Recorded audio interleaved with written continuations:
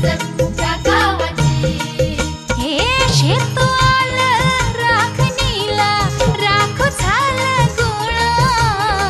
शिळ खाली अडून कोणी करून तिरपा डोळा. आता कसं किती झाकू सांग कुठवर राखू राया भान माझं मला राहीना. मला जाऊ द्या न घरी आता वाजले की बारा. मला